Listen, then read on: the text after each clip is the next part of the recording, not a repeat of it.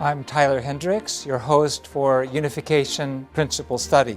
Welcome to Session 5, the Standard of Original Value.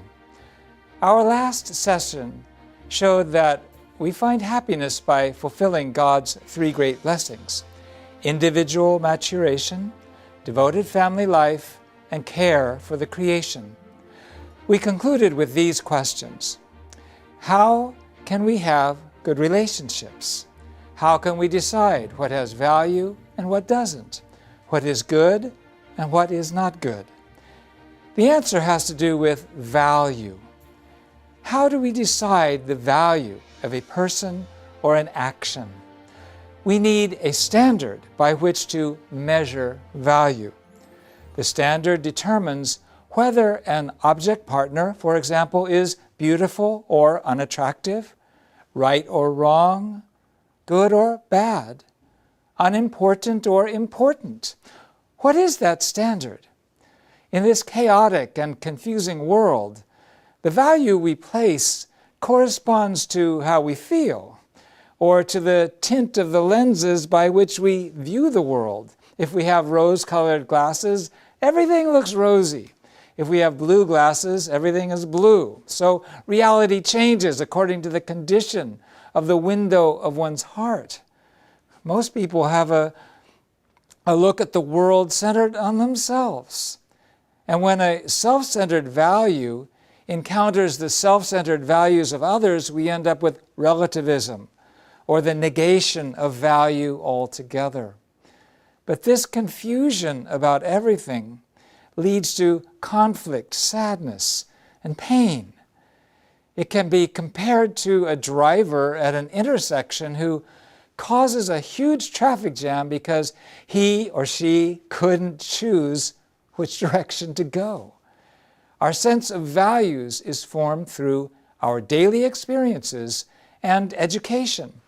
The reason we study the unification principle is so that we can actually apply it and put it into practice in daily life by learning the core standard by which we can recognize what is true love, what is false love, what is principled, what is unprincipled, what is unselfish or selfish, what is original, what is just artificial.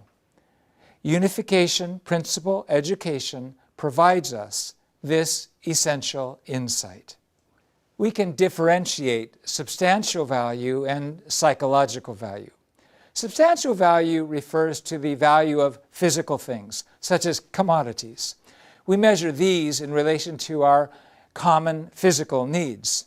Psychological value refers to truth, beauty, and goodness. We measure these by our intellect, our emotion, and our conscience. In either case, the value of anything cannot be determined in the abstract. It is always determined within a relationship. Value is always measured in relationship to the subject partner's needs. Value is determined by whether or not the object partner satisfies the subject partner's needs. And these can be external needs or internal needs, substantial needs or psychological needs. Therefore, value is assessed in relationship to the subject partner's motivation and purpose. For example, a knife's value differs greatly based on whether it is used for a medical operation or as a weapon in a robbery. So it is important to include the elements of motivation and purpose in order to determine value. The intellect, emotion, and conscience reflect the original values of the creation, the true, the beautiful, and the good. The subject partner of original value is God. And these values, the good, true, and beautiful, are measured in relation to God's purpose, God's motivation. The values of the original creation arise from God. Therefore, human beings in the subject-partner position need to center on God's purpose of creation in our relationship with object partners. A man or woman in the subject position who is centered on God's purpose of creation seeks the values of truth, beauty, goodness, and love in their object partner, according to the function of their intellect, emotion, and will. Doing so, we establish the purpose of creation through our object partner. The object partner's original value is realized when it stands as the absolute object partner to human beings in the subject partner position. From there comes forth its truth and beauty and goodness given by God. This original value is determined always through the four-position foundation centered on God. So the unification of the subject partner's desire to pursue value and the object partner's desire to display value takes the fourth position, the object partner position, to God, subject, object partners. Therefore, the original value of creation is revealed when the subject partner's desire to pursue value and the object partner's desire to display value combine, centered on God's purpose of creation. At that moment, since God is the center of the four-position foundation, the standard of value is also God Himself. In this respect, the value of the original creation is absolute. Everything that God created has absolute value. Likewise, the absolute value is realized when God's ideal of creation is achieved through the three great blessings. At this point, the vertical force that the subject partner gives to the object partner is called love. And the vertical force that the object partner returns to the subject partner is called beauty. The power of love is active, and the stimulation of beauty is passive.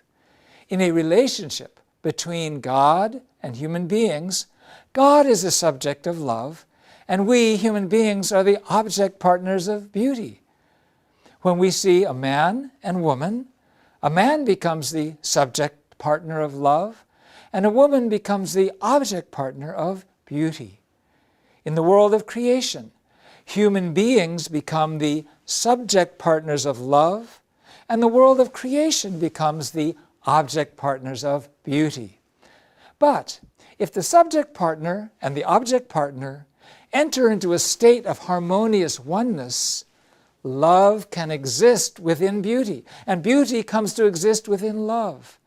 In the relationship between the nation and citizens, the beauty that the citizens return to the nation appears in the value of loyalty. The beauty that a subordinate returns to a superior appears as the value of loyalty. In the parent-child relationship, beauty appears as the child's filial piety toward the parents. And in the husband-wife relationship, the beauty that the wife returns to her husband appears as the value of fidelity. Should fidelity be only from the wife to her husband? No, the husband should also return fidelity to his wife. This we call absolute sexual ethics. The result of an action to pursue God's purpose of creation centered on God is good. And the result of an action to pursue Satan's purpose centered on Satan is what we call evil. Good and evil, therefore, start at the same point, human desire. But the difference is the motivation, the purpose, and the direction of that desire. When the desire is to establish the purpose of goodness, righteousness is the result. On the other hand, when the desire is selfish, whether centered on one's own self or one's own family or race or nation, then the result is unrighteousness.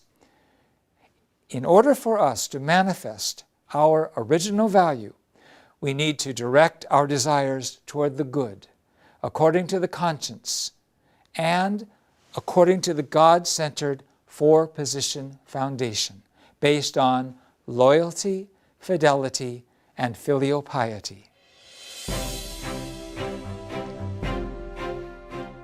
This is the standard that can guide our lifestyle to achieve human happiness. Ladies and gentlemen, I pray that God can recognize your value and be able to say, "You are righteous." And I hope that you can live a life of goodness with loyalty, filial piety, and fidelity. But we all admit that we need to do some growing to get to that place. How do we grow? Is it by our own self-discipline? Is it by God's grace? How do we reach full maturity? What is full maturity? Our next sessions will cover this topic. Thank you very much.